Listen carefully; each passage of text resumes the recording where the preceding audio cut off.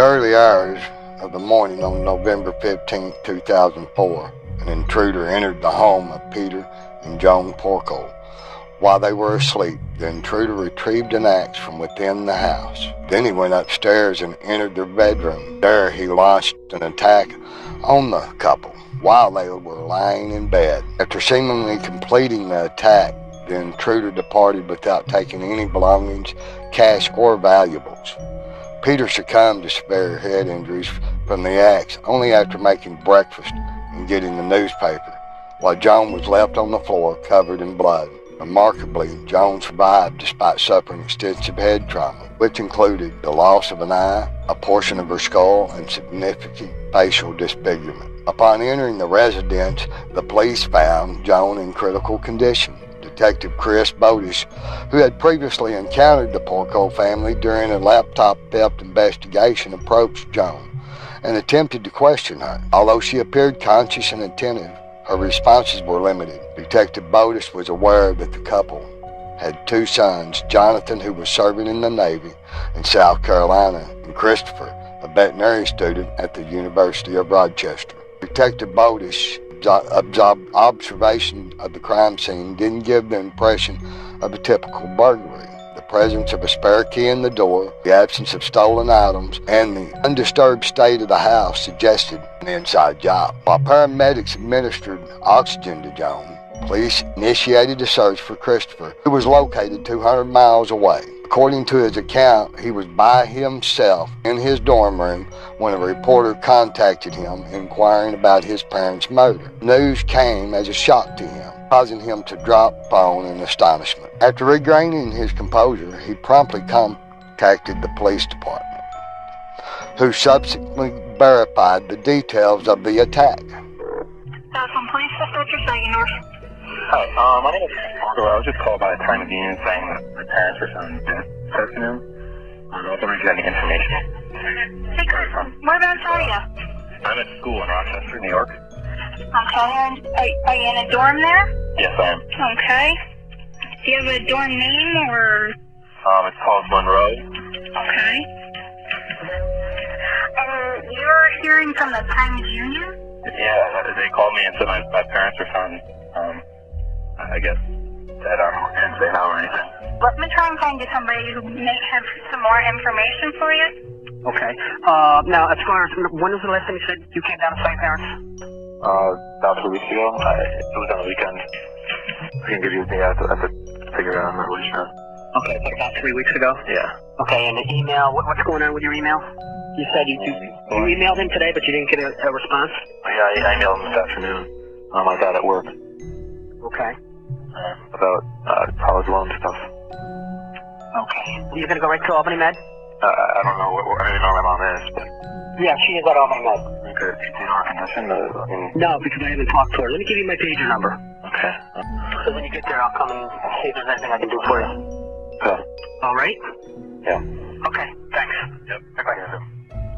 Joan underwent surgery, and her life was successfully saved by the doctors. Chris, on the other hand, was brought to the police station and subjected to a 6-hour interrogation. He vehemently denied any involvement in the attack, expressing his deep love for his parents.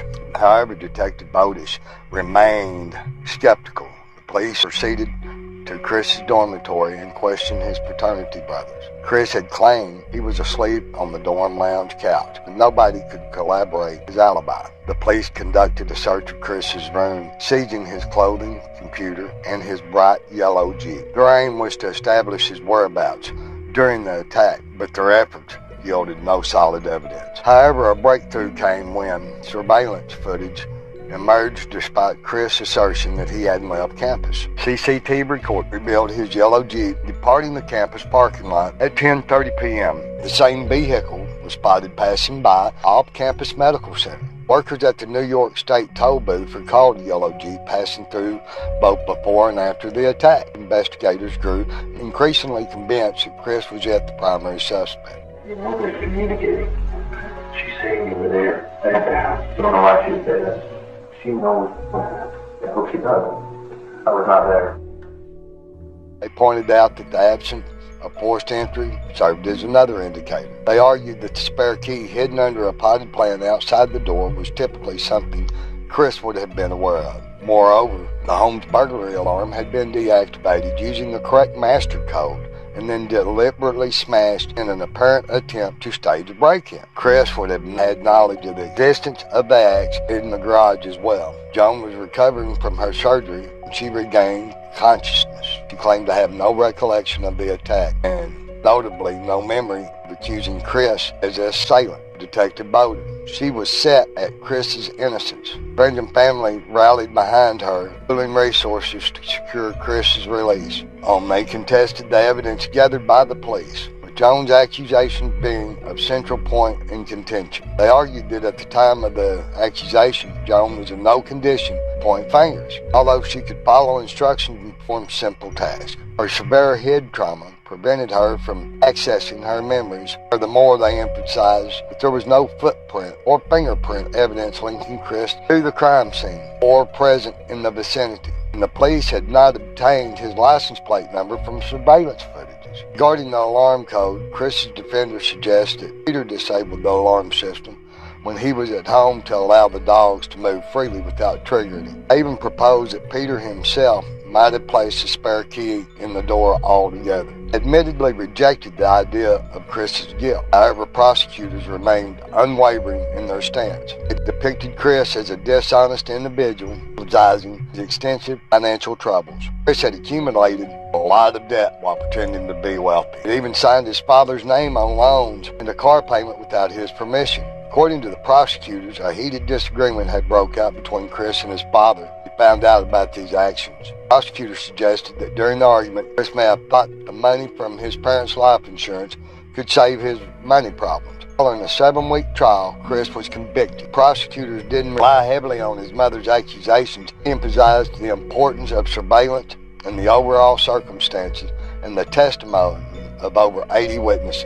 As a result, Peter Porco received a 50-year sentence.